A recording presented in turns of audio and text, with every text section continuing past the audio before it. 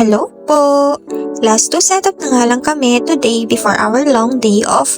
Then katapusan na ulit ang last and isa lang. Kaya may enjoy namin ang long day off namin.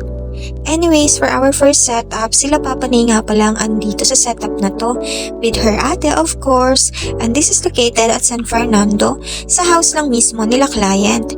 And this is a gender reveal celebration later. Medyo na late nga daw sila papunta dito.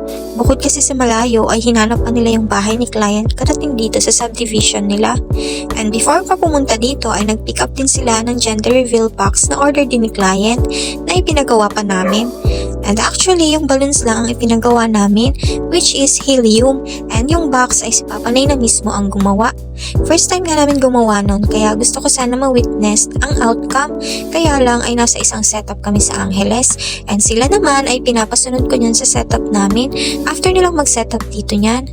And that's all for this setup. And also pala, kinabukasan nung nag-pick up na, ay sinama pala ni Papa Nay sila ate at mama, pati si Zian, para after mag-pick up dito ay mamamasyal sila dahil malapit din naman itong venue sa SM Pampanga.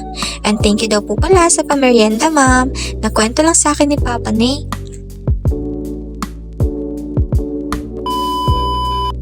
And here's the final look po. Dapat aantayin na lang nila tong matapos, kaya lang pinapasunod ko sila sa second setup namin, kaya kinabukasan na lang to ipipick up.